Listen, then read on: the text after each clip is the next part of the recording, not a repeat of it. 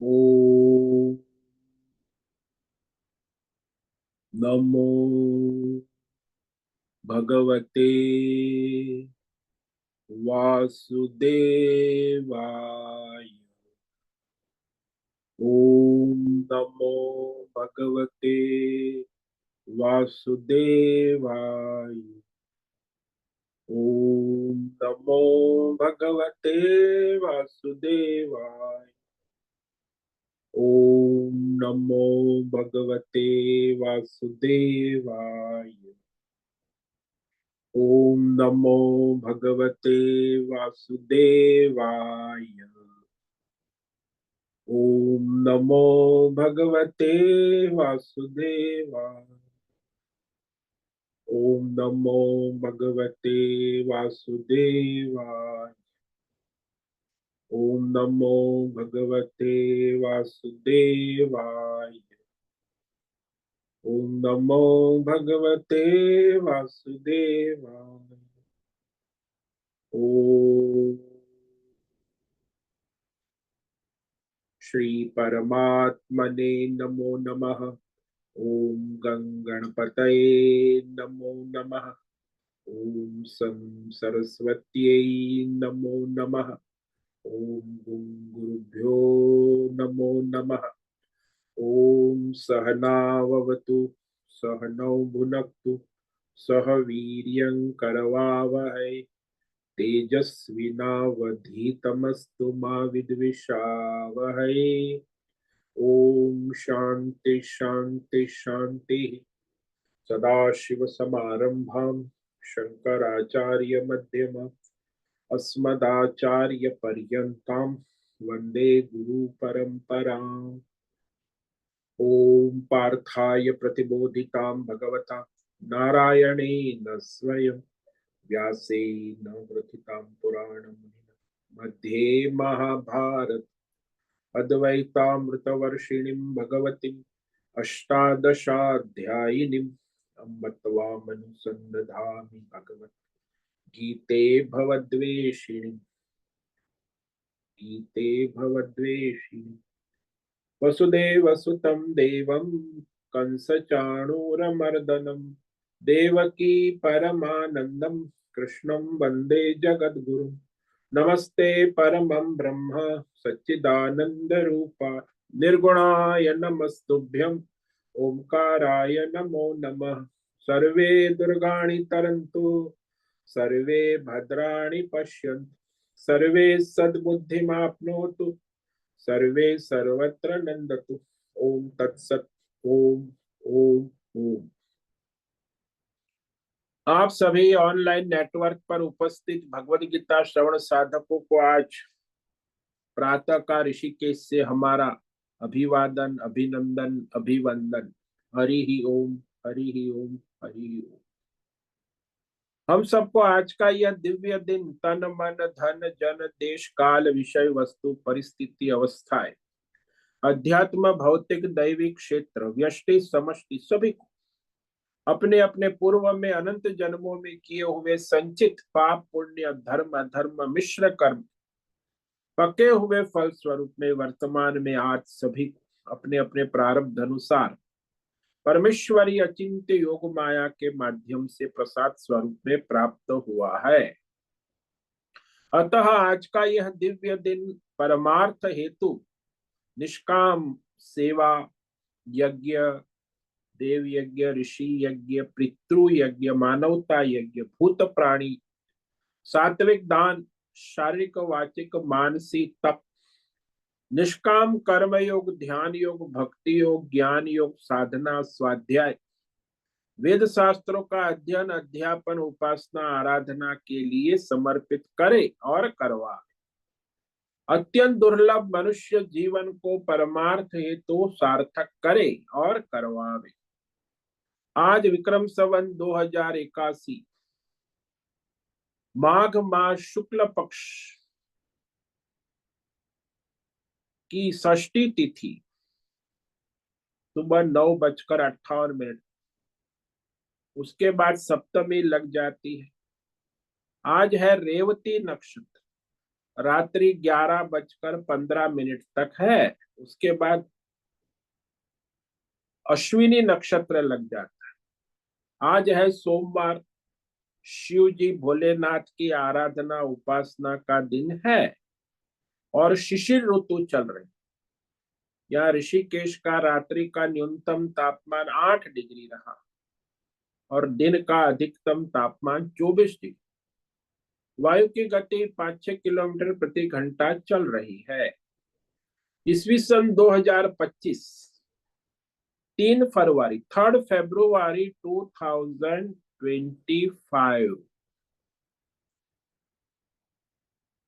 सुबह के 6:45 बज चुके हैं।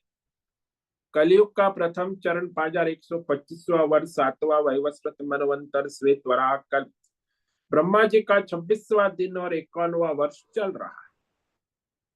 तो इस अनंत कोटि ब्रह्मा और ब्रह्मांडीय परमेश्वरी अचिंत्य योग माया में हमारा यह एक ब्रह्मांड, इसमें ये पृथ्वी लोक में समुद्र के ऊपर जम्बू द्वीप में विश्व का एकमात्र वैदिक राष्ट्र भारत में उत्तर हिमालय प्रांत में उत्तराखंड राज्य टिहरी जिले में हिमालयन शिवालिक पर्वतमाला के अंतर्गत मणिकुट पर्वत के ऊपर नीलकंठ महादेव के सामने ऋषिकेश नगरी में मुनि की रेती प्रांत में शीशम जाड़ी अवधूतबाड़ा आश्रम के सी ब्लॉक के पहले माले से 5 नंबर कमरे से गंगा किनारे से हम स्वामी उत्तमानंद सरस्वती भगवत गीता के आचार्य शिष्य स्वामी चिन्मयानंद सरस्वती महाराज चिन्मय मिशन कैवल्याद्वैत वेद व्यास भगवतपाद शंकराचार्य की श्रृंगेरी संन्यास परंपरा से शिक्षित दीक्षित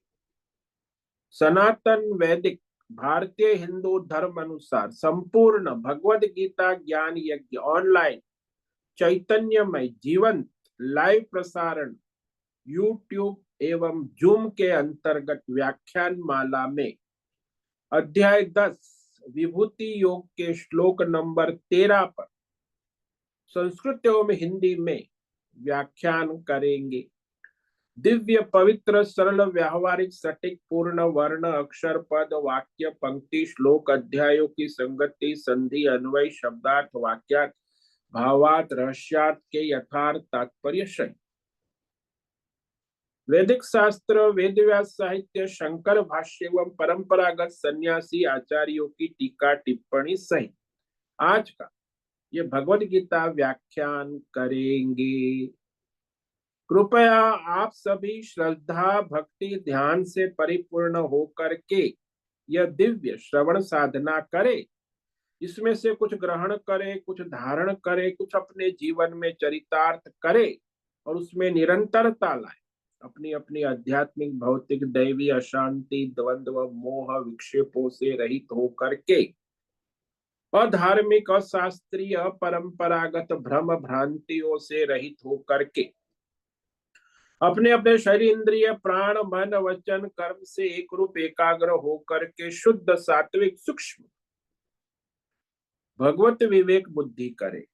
वेद शास्त्र एवं आचार्य परंपरा अनुसार विवेक करे और करवावे। पुनः पुनः इस व्याख्यान का श्रवण करे, मनन करे, चिंतन करे, लेखन करे, चर्चा विचारणा करे, प्रचार प्रसार, लिंक भेजे, ग्रुप में शेयर, अपना और सबका परम कल्याण करे और करवावे। ओम तत्सत। ओम ओम। तो हमने श्रीमद् भगवद गीता अध्याय 10 विभूति योग के श्लोक नंबर 12 पर विवेक विचार किया था, जिसमें अर्जुन भगवान की स्तुति करते और स्तुति इसीलिए करते कि वो भगवान की विभूति के बारे में प्रश्न पूछना चाहते।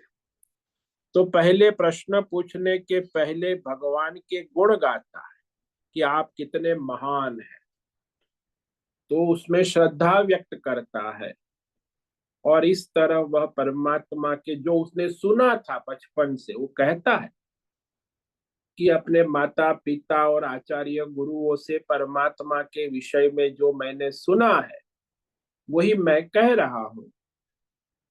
तो ये अर्जुन का अपना जो सत्संग है, विवेक है, बुद्धि में जो जानता है परमात्मा के विषय, वो अर्जुन अपनी श्रद्धा व्यक्त करता है।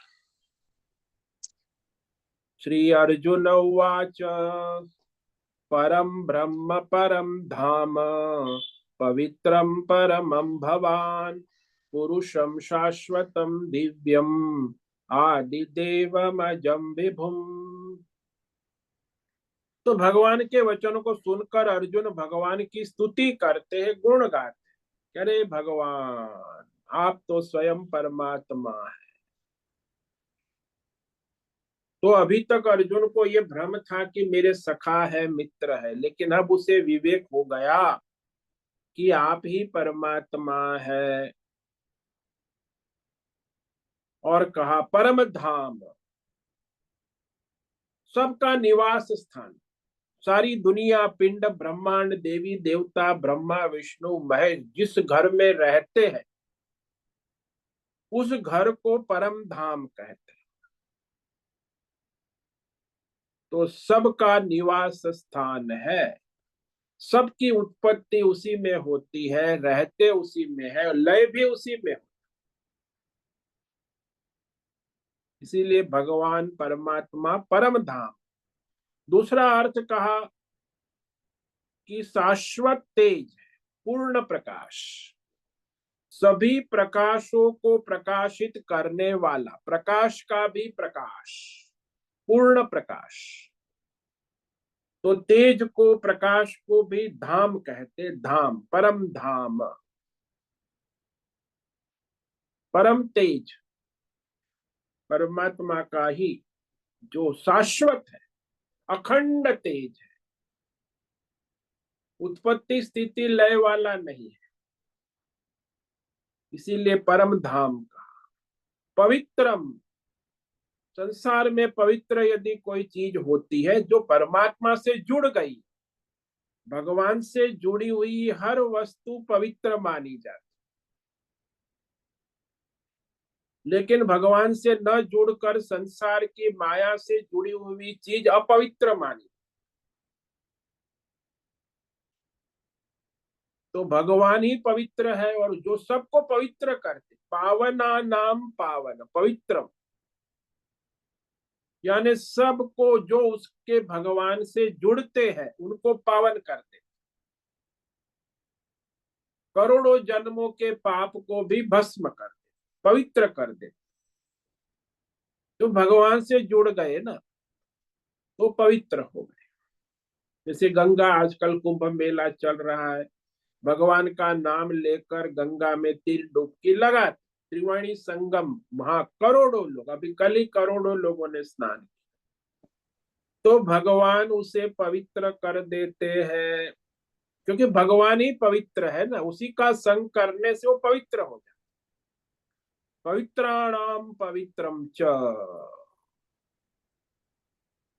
और दिव्यम, अलौकिक है भगवान का स्वरूप, क्योंकि जीव जगत ईश्वर देवी देवताओं में सर्वश्रेष्ठ है ना, अलौकिक, इसीलिए उसे दिव्य कहते हैं। पुरुषम, सर्वश्रेष्ठ, पुरुषात परम किंचित सा काष्ठा सावन, ये पुरुष जो परमात्मा है उससे परम कुछ नहीं, सबसे श्रेष्ठ है, उसे पुरुष कहा। आदि देवम, ब्रह्मा विष्णु महेश आदि देव माने जाते, देवों के भी देव, देवों के भी आदि देव, मूल देव, कारण यानी नारायण। नारायण शब्द जो है वो ब्रह्मा विष्णु महेश को उत्पन्न करने वाले, पालन करने वाले, तो वह आदि देव नारायण आप ही है। अर्जुन कहता है मैंने सब सुना है कि आप अजन्मा है, तो जन्म होता है तो नाश हो जाएगा ना, जो अविनाशी है वही अजन्मा होता, जिसका कभी जन्म नहीं है, जिसका कभी नाश नहीं होता, लय नहीं होता है।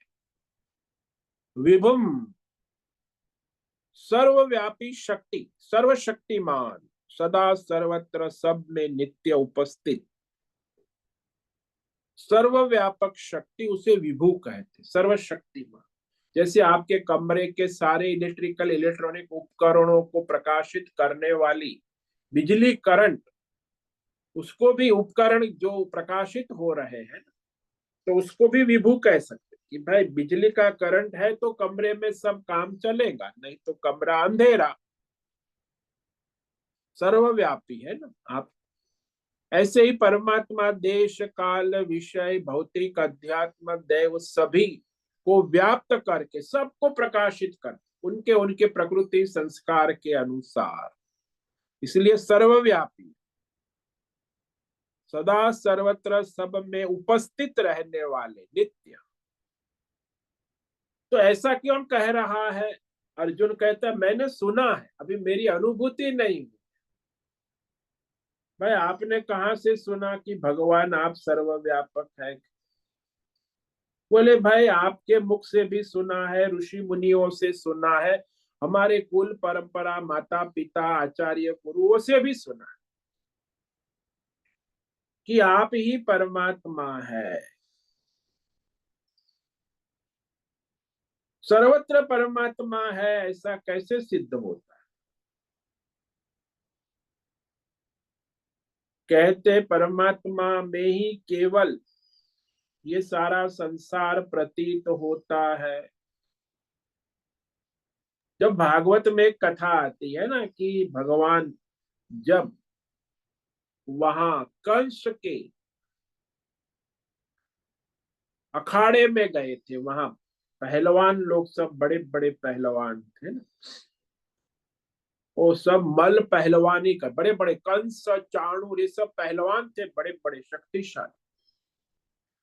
तो बड़े बड़े पहलवान वहां थे मैदान में। तो पहलवान के सामने जब भगवान कृष्ण आए, वो तो बाल कृष्ण, तभी तो बस 12 साल के थे, लेकिन पहलवानों को भगवान कृष्ण पहलवान जैसे दिखा रहे, ये पहलवान इतना बड़ा कहां से आ? तो वहां पहलवान, भगवान तो कृष्ण बाल कृष्ण थे, लेकिन वो पहलवान को पहलवान जैसे दिखने लगे। वहां जो स्त्रियां थी, उस स्त्रिया को लगा कि ये तो कामदेव पुरुष ही आ गया। कामदेव अत्यंत सुंदर, और कंस को लग रहा था कि अरे ये तो मेरा साक्षात काल आ गया है, मेरी मृत्यु ही। और बाल कृष्ण उसे नहीं दिखा, उसे मृत्यु दिख रही है, क्योंकि मृत्यु रूप में ही आए थे भगवान। तो कंस को साक्षात मृत्यु रूप में दिखाई दे रहे हैं, भगवान ही है, कृष्ण ही, बाल कृष्ण। तो वहां जितने भी ऊपर, सबको भिन्न भिन्न रूप में भगवान दिख रहे थे। तो भगवान में कोई भेद भिन्नता नहीं थी। परमेश्वर तो अपनी सर्वव्यापकता है ना, व्याप्य व्यापक भाव वाली व्यापकता। तो कोई दूसरा हो तो फिर व्याप्त हो ना, जैसे व्यापक कोई चीज होती है जिसमें व्यापकता होती है, लेकिन ये तो सर्वव्यापक है, तो सर्वत्र दिखेगा। व्याप्य व्यापक वाला विषय तो उसका सीमित होगा कि यहाँ ऋषिकेश में है, मुंबई में नहीं है।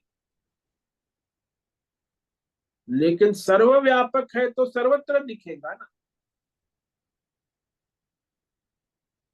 तो व्याप्त होवे, उसमें कोई छोटी बड़ी चीज नहीं होती। सर्वव्यापक में तो सब एक रूप है ना। जैसे समुद्र किनारे आप चले गए, तो समुद्र किनारे जल है, वो सर्वव्यापक। और जिसको जल तत्व दिखता है वो कहेगा अरे ये तो समुद्र भी जल है, लहरें भी जल है, बुदबुदे भी जल है, ऊपर बादल है वो भी जल है, वो बरस रहे समुद्र में वो भी जल है, क्योंकि जल सर्वव्यापक है। व्याप्य व्यापक भाव किस में है? बुदबुदे में है, लहर में है, समुद्र में, परस्पर कार्य कारण भाव भी है। तो वो कहेंगे कि अरे बुदबुदा तो लहर से उत्पन्न हुआ, लहर तो है समुद्र, और समुद्र से बादल उत्पन्न हुए, बादल से फिर वर्षा उत्पन्न हुई। ये सब व्याप्य व्यापक बातें होती रहती, लेकिन मूल क्या है? जल तत्व ही है जो सर्वव्यापक। ऐसे ही परमात्मा सर्वव्यापक, देश काल विषय भौतिक अध्यात्म दैव। तो जितने भी संसार में नाम रूप है, देश काल विषय है, चाहे भौतिक हो, अध्यात्म हो, दैव हो या पारमार्थिक, उसमें सर्वव्यापक तत्व है परमात्मा। और स्वयं बिना बदले हुए बने रहते सब रूप में, अनंत रूपों में व्यापक रहते। जैसे आभूषण में सुवर्ण बिना बदले हुए ज्यों का त्यों आभूषण रूप में प्रतीत होता है, अनेक प्रकार के, लेकिन सुवर्ण हमेशा एक जैसा ही रहता। ऐसे ही परमात्मा भी अनंत रूपों में प्रतीत हो रहा है। यही उसकी दिव्यता है, व्यापकता है, सर्वव्यापक। तो ऐसे परमात्मा के विषय में अर्जुन अपना सुना हुआ भगवान किसे हाथ जोड़कर प्रार्थना कर। अब वो अपने सुने हुए बात का आधार बता रहा है कि पूर्व में क्या, किस आधार से अर्जुन कह रहा है भगवान कि आप सर्वव्यापक है, उसका आधार क्या है। तो अर्जुन परमार्थ तत्व के वेद शास्त्र और कुल परंपरा, आचार्य परंपरा का आधार बता कि मैं स्वयं नहीं कह रहा हूं, वेद शास्त्र के आधार पर कह रहा हूं, हमारी कुल परंपरा, हमारी आचार्य परंपरा से मैं कहता हूं।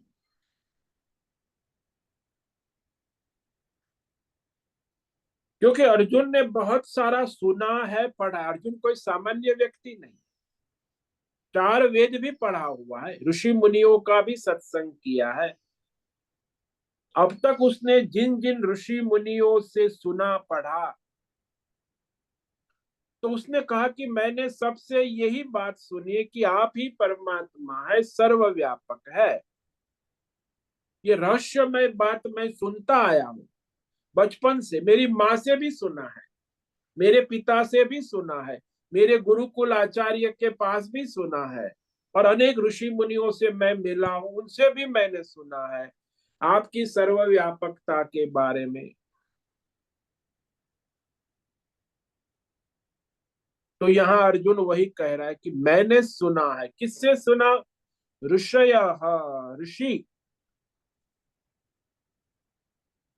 देखो, हमारे शंकराचार्य महाराज कहते हैं कि सबसे पहले जो ऋषि हुए वो वशिष्ठ है। अर्जुन यहाँ वशिष्ठ का नाम है।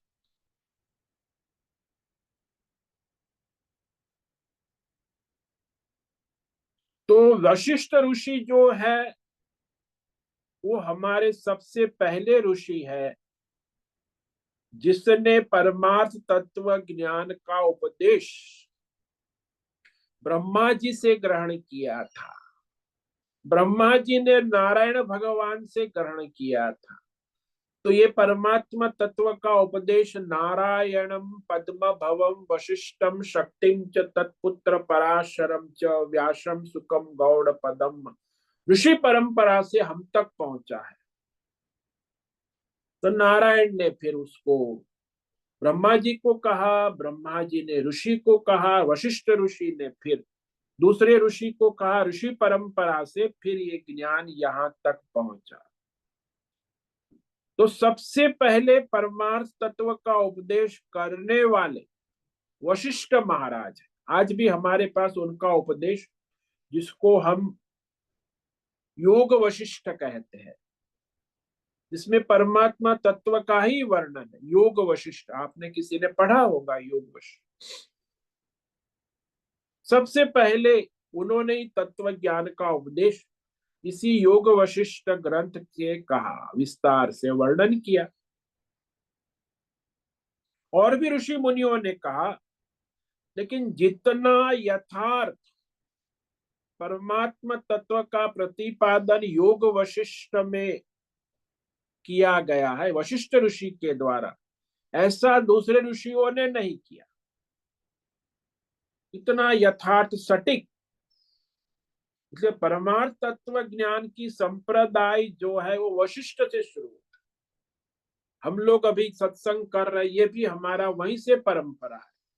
नारायण पद्म भव वशिष्ठम शक्तिम तत्पुत्र व्यासम सुकम गौड़ पदम महातम गोविंद योगिंद मथास्त शिष्ट शंकराचार्यम तम पद। उसके बाद शंकराचार्य परंपरा से हम ये ज्ञान को प्राप्त करते हैं। तो ये ज्ञान परंपरा है, आचार्य परंपरा है, ऋषि परंपरा है। तो उसका स्मरण करते हैं। नारायण तो परमेश्वर है ही, और उनकी फिर विभूति सारी जो ब्रह्मा जी है वो भी परमेश्वर का ही ब्रह्मा जी देवता है। देखो, ब्रह्मा जी को हम नारायण नहीं कहेंगे, ब्रह्मा जी परमात्मा नहीं है, ब्रह्मा जी देवता है। और उसके बाद पहला नाम आता है वशिष्ठ ऋषि का, और वहीं से हमें ये ऋषि परंपरा से तत्व ज्ञान परंपरा से आता है ना, कि प्रथम ऋषि के रूप में वशिष्ठ ही आते हैं। ये जो वशिष्ठ ऋषि है, उन्हें पहले वेदों का भी दर्शन किया भगवान से। वेद वेद में ऋग्वेद जो सबसे पहला वेद प्रकट हुआ, वो वेदों का ज्ञान भी हम तक पहुंचाने वाले वशिष्ठ ऋषि ऋग्वेद। तो ऋग्वेद में भी वशिष्ठ ऋषि को प्रधान ऋषि कहा है, कि मंत्र दृष्टा, वेदों के दृष्टा ऋषि वशिष्ठ। वही परमार्थ तत्व ज्ञान का विषय विस्तार से वेदों में भी आता है ना। और वह इसीलिए हमारे सभी आचार्य वशिष्ठ को परम ऋषि कहे, क्योंकि सबसे पहले उन्होंने ही परमार्थ तत्व ज्ञान को भगवान से ग्रहण किया। तो इन्हें ब्रह्मर्षि भी कहते, योग वशिष्ठ, वशिष्ठ ऋषि।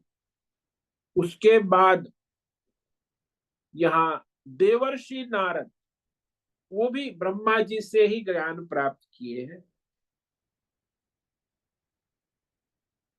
देवर्षियों में नारद जो है सर्वश्रेष्ठ, क्योंकि नारद ने ऋषि कुमारों को ज्ञान दिया। सनत कुमार महर्षियों, चार ऋषि कुमार, सनत सनक सनंदन सनातन, चार कुमार ब्रह्म ज्ञानी। तो सनत कुमारों ने नारद ऋषि से ज्ञान प्राप्त किया था। ये परमार्थ तत्व ज्ञान इस प्रकार परंपरा से चलता है। और फिर चार कुमारों ने सारे पृथ्वी में विचरण करते हुए ये परमार्थ तत्व ज्ञान का प्रचार प्रसार किया है। इसलिए अर्जुन को भगवान पूछ सकते, करे तुमने ये परमार्थ तत्व की बात कही, कहां से सुनी, तुम्हें किसने सुनाया परमार्थ तत्व? कहते हमारे कुल गुरु, यहाँ उसका नाम लिया है अर्जुन ने, कि मैंने अपनी कुल परंपरा से, कुल गुरु से। तो उनके कुल गुरु थे अर्जुन के असित देवल। असित देवल नाम ऋषि का है। तो देवल ऋषि है, उनका विशेषण है असित। तो ये अर्जुन के कुल गुरु है। तो बचपन में जब वो पढ़ता था, घर में आते जाते थे, माता पिता भी कहते थे और गुरुजी भी कहते बार बार, तो परमात्मा के विषय में वो सुनता था। कि मैंने सुना है, बोले बचपन में हमारे कुल गुरु असील देवल ऋषि से, कि परमात्मा का तत्व जो है वो परम पवित्र है, शाश्वत है, दिव्य है। और इस तरह फिर कहे हमें और भी कहां से प्राप्त हुआ? कुल परंपरा। भाई अर्जुन की कुल परंपरा में महर्षि वेद व्यास, व्यास ने भी ये परमार्थ तत्व ज्ञान कहा है ना। वेद व्यास का बहुत ही प्रचलित ब्रह्म सूत्र है।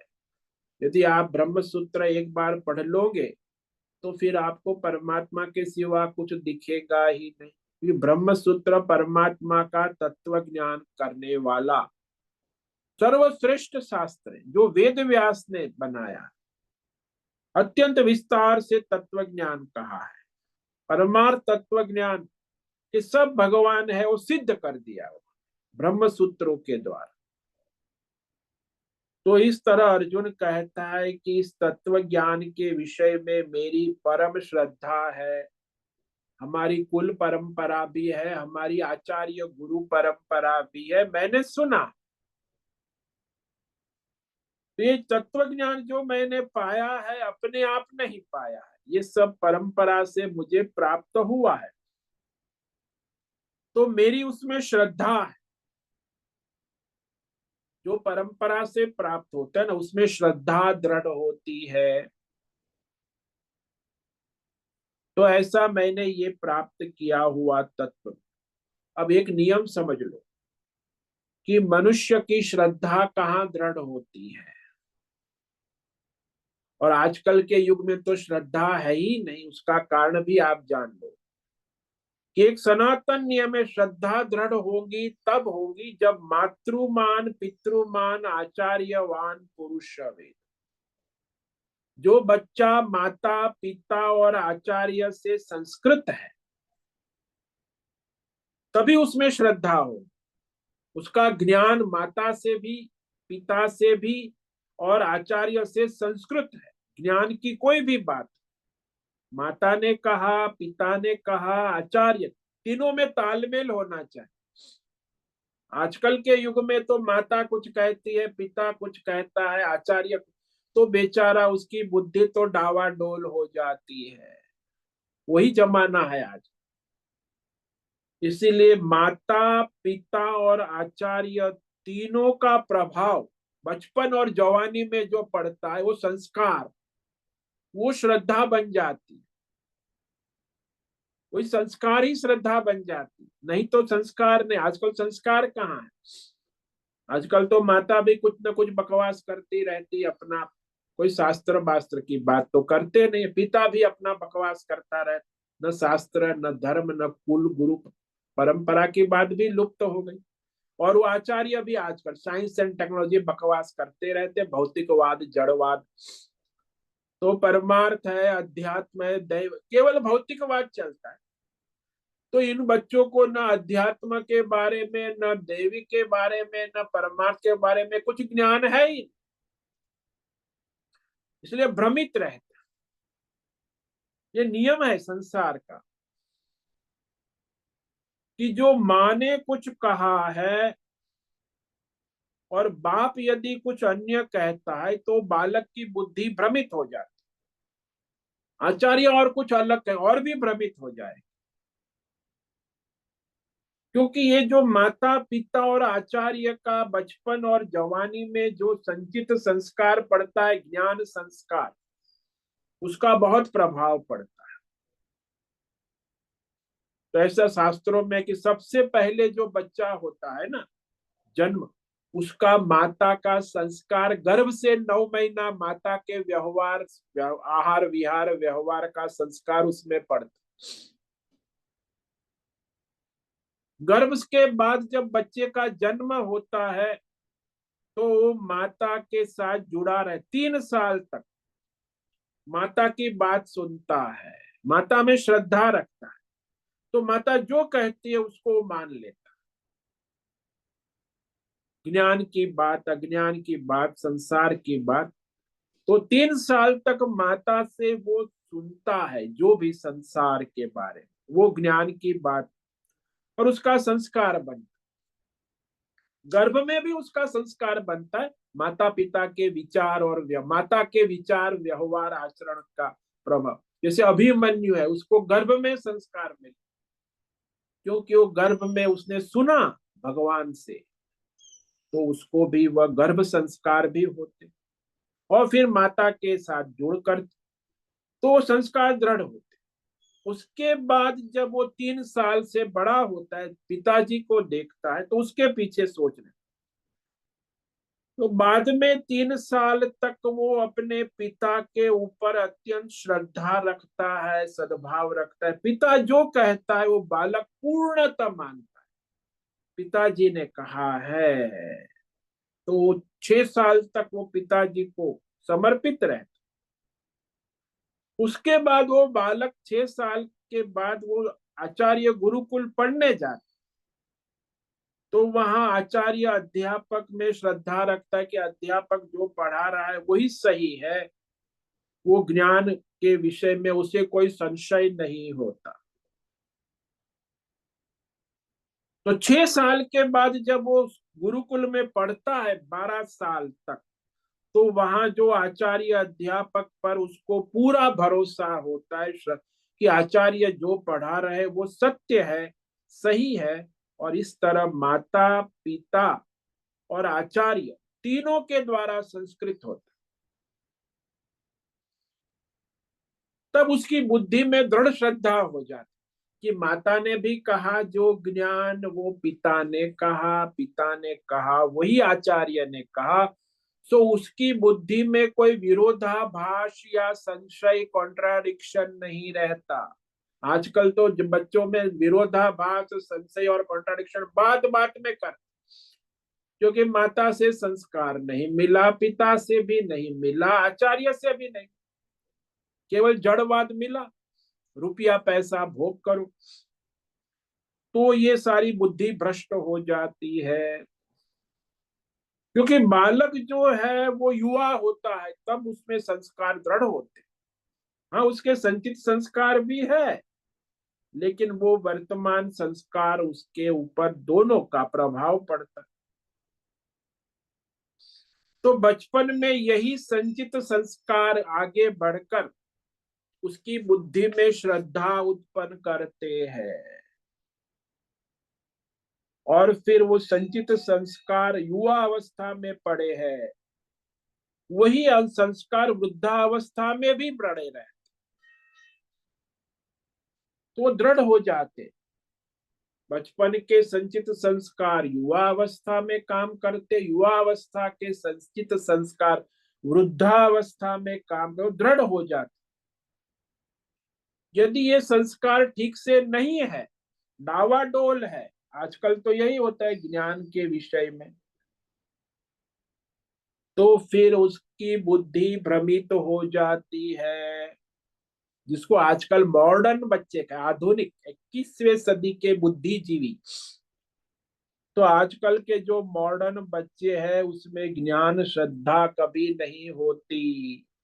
क्यों नहीं होती? क्योंकि सारा भ्रम है। आज इंटरनेट, मीडिया, मोबाइल, ये वो सब ज्ञान का आर्टिफिशियल इंटेलिजेंस, लेकिन कोई परंपरागत ज्ञान है ही नहीं।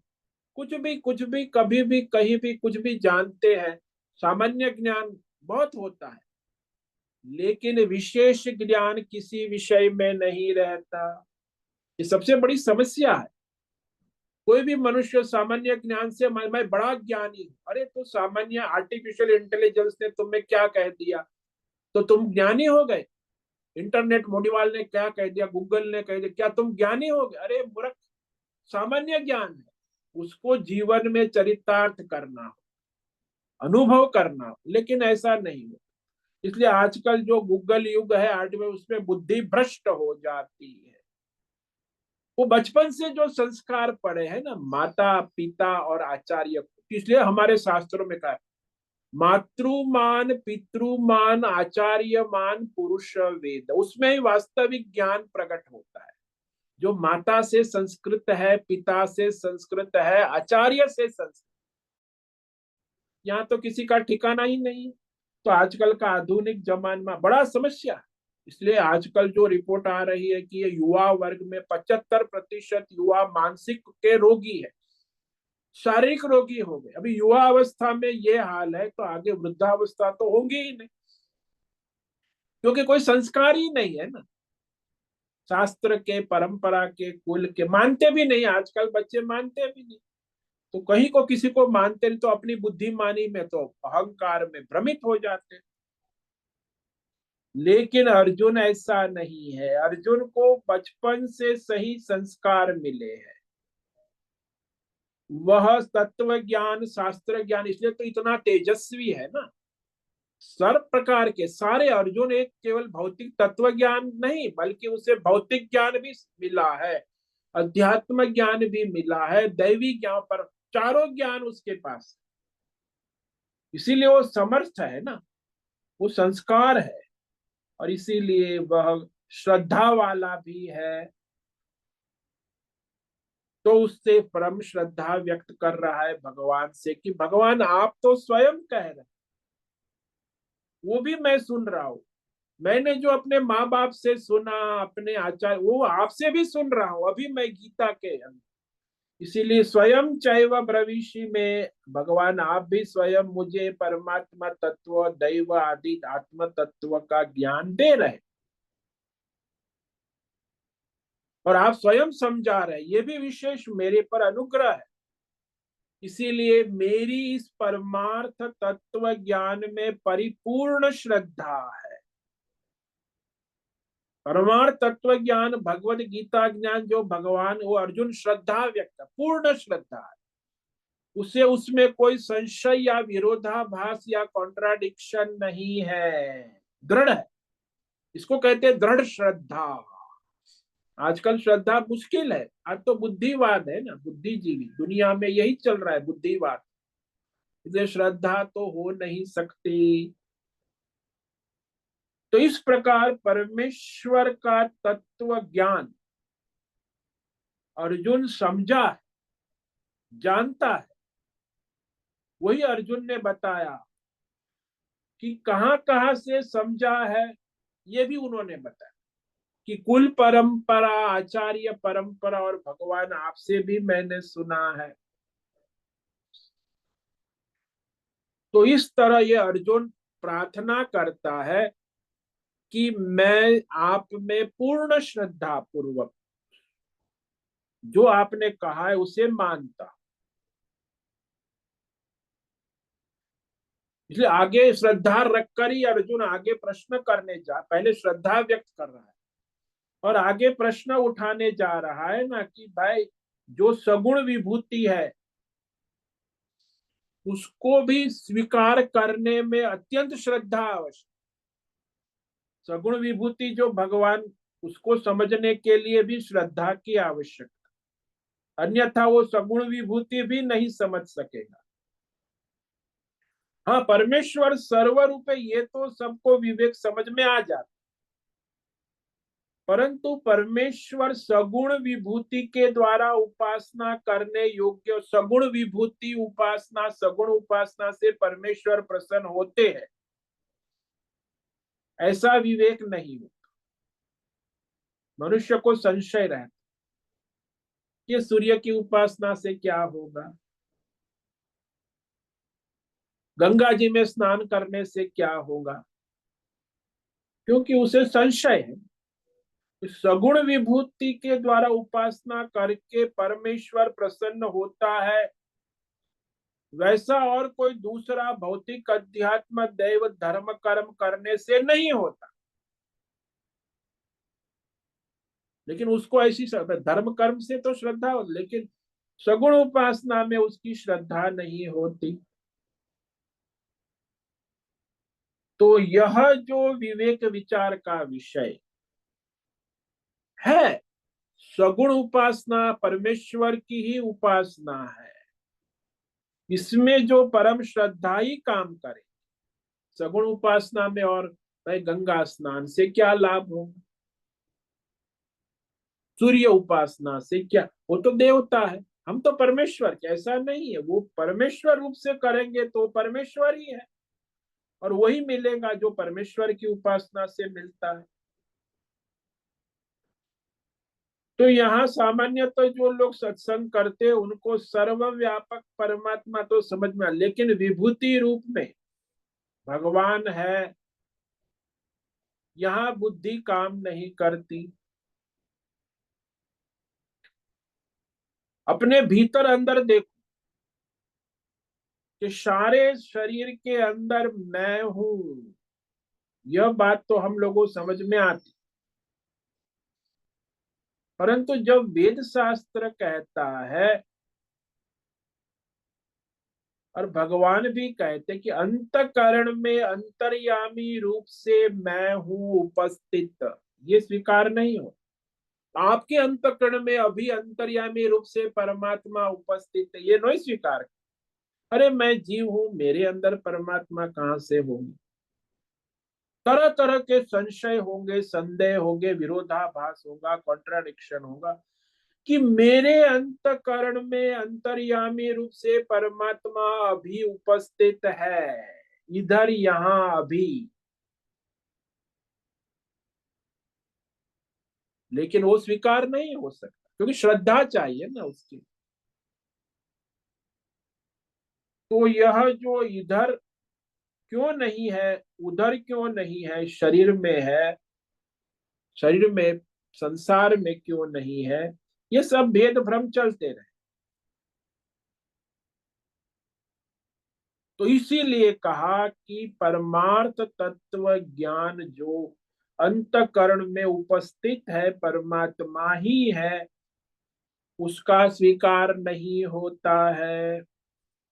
फिर उसका ध्यान भजन कैसे होगा? क्योंकि ध्यान करके देखेगा भीतर तो अपने अंतकरण में परमात्मा, और वो परमात्मा को स्वीकार कब करेगा? जब उसे पूर्ण श्रद्धा होगी। श्रद्धा पूर्वक परमार्थ करना आवश्यक है। भगवान ने भी गीता में कहा कि बुद्धिमान कभी परमार्थ नहीं कर सकता है। तो कौन कर सकता? श्रद्धावान लभते ज्ञानम तत्पर, श्रद्धावान को ही परमार्थ ज्ञान होता है पूर्ण श्रद्धा पूर्वक। तो ये तत्व ज्ञान का रहस्य स्पष्ट हो जाता है, प्रकट हो जाता। अर्जुन ने बताया कि मैं पूर्ण श्रद्धा से परिपूर्ण हूं भगवान, मुझे आप में पूर्ण श्रद्धा है, जो आप कह रहे हैं वो सब मुझे स्वीकार्य है। तो भगवान जो सगुण विभूति कहने जा रहे हैं, उसके पहले अर्जुन ने प्रश्न पूछा है ना। तो भगवान की सगुण विभूतियों को संक्षेप में उसने सुना है। वैसे 7वें अध्याय में भी भगवान ने विभूति योग कहा है, सगुण। 9वें अध्याय में भगवान ने विभूति सुन चुका था, लेकिन अब वो विस्तार से सुनने के लिए भगवान से प्रार्थना करता है, और उसके लिए और विभूति को जानने की जिज्ञासा के लिए उसने अपनी पूर्ण श्रद्धा व्यक्त करता है। तो आगे श्लोक नंबर 14 में और 15 में अर्जुन अपनी श्रद्धा व्यक्त करता है, पूर्ण श्रद्धा। तो ये श्लोक आज हम पढ़ेंगे, इस पर विचार कल करेंगे। बड़ा अद्भुत श्लोक है अर्जुन का भी। और अर्जुन अपनी श्रद्धा व्यक्त करते हैं भगवान के समीप। सर्वम एतद्रुतम मन्ये यन्मां वदसि केशव, नहि ते भगवान व्यक्तिम विदुर्देवान दानवा। हे केशव, हे नारायण, हे परमात्मा, आप जो कुछ भी मुझे कह रहे हैं, यानी अब तक कहा 9वें अध्याय तक, उस सब को मैं सनातन सत्य, रुतम का मतलब होता है सनातन सत्य, मानता हूं। तीनों काल में जैसा है वैसा सत्य, सनातन सत्य होता है जिसमें कोई परिवर्तन नहीं होता, तीनों काल में ज्यों का त्यों सत्य। और हे भगवान, आपके ये जो सगुण लीला है, व्यक्तिम, व्यक्त रूप में जो सगुण अवतार लीला, इसको भी देवता लोग नहीं जान पाते। सगुण लीला देवता लोग भी नहीं जान पाते हैं, और दानव तो जान ही नहीं पाते। जो तमोगुणी है, रजोगुणी है, हाँ, जो सत्व गुणी अनन्य भक्त है वही आपकी लीला को समझ पाते हैं, जान पाते। तो व्यक्त सगुण लीला अवतार लीला को भी तो निर्गुण को कैसे जान सकते हैं? तो आपकी महिमा तो दोनों में, सगुण रूप में भी आप है, निर्गुण रूप में भी। यानी आपकी ये जो लीला है, ब्रह्मा विष्णु महेश रूप में आप प्रकट है, ये विभूति है, अवतार है। उसको, तत्व को न असुर लोग जान सकते हैं, तमोगुणी है ना, और न देवता लोग जान सकते हैं। तो कौन जानता है? बोले जो श्रद्धावान है, भगवान का भक्त है, अनन्य है। तो आज जो हमने विचार किया वो श्लोक नंबर, जिसमें अर्जुन ने अपनी कुल परंपरा, गुरु परंपरा, आचार्य परंपरा में श्रद्धा व्यक्त कि मैंने आपके बारे में सुना है। वो कैसे, कहां से सुना, कहां से जाना? आहुस्त्वां ऋषयः सर्वे देवर्षि नारदस्तथा असितो देवलो व्यासः स्वयं चैव ब्रवीषि में। तो मैंने ऋषियों से सुना, देवर्षि नारद और हमारे कुल गुरु असित ऋषि से सुना, व्यास से, व्यास ऋषि से, परंपरा से मैंने जाना। माता पिता के वंश परंपरा, कुल परंपरा से जाना। और स्वयं आप भी कहते हैं जो परमात्मा तत्व के विषय में, वो भी मैंने सुना। इसलिए मैं आप में पूर्ण श्रद्धा व्यक्त करता हूं। ओम नमो नारायणाय। ओम नमो नारायणाय। ओम नमो नारायणाय। ओम नमो नारायणाय। ओम नमो नारायणाय। कायेन वाचा मनसेन्द्रियेण वा बुद्ध्यात्मना वा प्रकृते स्वभावात् करोमि यद्यत् सकलं परस्मै नारायणायेति समर्पयामि। ओम सर्वे भवन्तु सुखिनः, सर्वे सन्तु निरामयाः, सर्वे भद्राणि पश्यन्तु, मा कश्चित् दुःखमाप्नुयात्। अस्तु मा सद्गमय, तमसो मा ज्योतिर्गमय, मृत्योर्मा मृतंगमय। ओम पूर्णमत पूर्णमितम पूर्णात् पूर्णमुदच्यते पूर्णस्य पूर्णमादाय पूर्णमेवावशिष्यते। ओम शांति शांति शांति। शंकरं शंकराचार्यं केशवं बादरायणं सूत्र भाष्य कृतौ वंदे भगवन्तौ पुनः पुनः। ईश्वरो गुरुरात्मेति मूर्ति भेद विभागी व्योमवद्व्याप्त देहाय दक्षिणामूर्तये नमो नमः। ओम गुं गुरुभ्यो नमो नमः। ओम तत्सत् ब्रह्मार्पणमस्तु। ओम ओम ओम।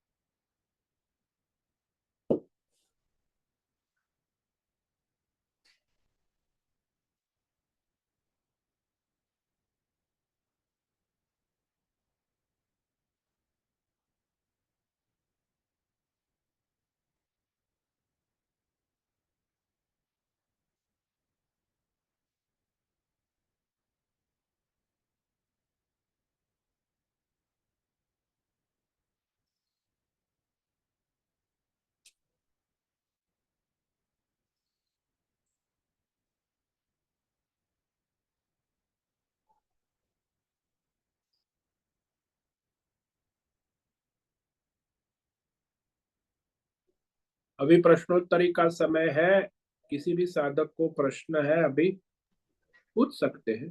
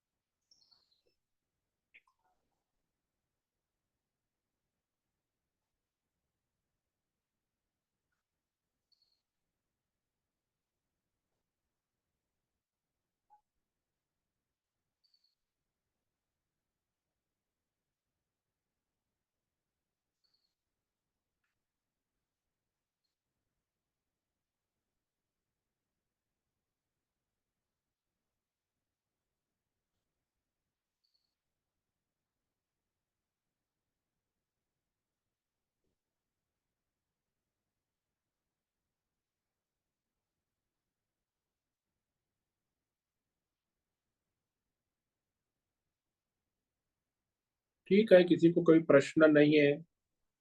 ठीक है। आज उपस्थित है राजेश मोलकर, होस्ट है, नैना पुरोहित, अजय रत्न पारखी, अनुराधा जेठे, आशा कोटक, बीबी शर्मा, जीवी कुमार, हेमा कोटक, इला जोशी, माधवी आचार्य, मीरा उच्चिल, पंकज भट्ट, पृथ्वीराज मालव, राम सेवक यादव, रेशा रथ, संजीवनी, श्रीरंग रानडे, सुचिता पाटिल, सुनील ठाकुर, तुषार चौधरी, उषा मेनन और विशाल बेडेकर और अंजलि जोशी। इतने साधक उपस्थित है। श्रवण करे, मनन करे, चिंतन करे, परमार्थ करे, अपना और सबका परम कल्याण करे। सभी साधकों को आज का ओम नमो नारायणाय, सबको नमो ओम नारायण। नमो नारायण। ओम नमो नारायण स्वामी जी। सभी साधकों को आज का ओम नमो नारायणाय। ओम नमो ओम नमो नारायण। नारायण। ओम नमो नारायण स्वामी जी। नारायणाय। मुझसे निवेदन है, आज का सत्संग पूर्ण करें। ओम आज नमो का यह सत्संग हम यही पूर्ण करते हैं। सभी साधकों को ओम नमो नारायणाय।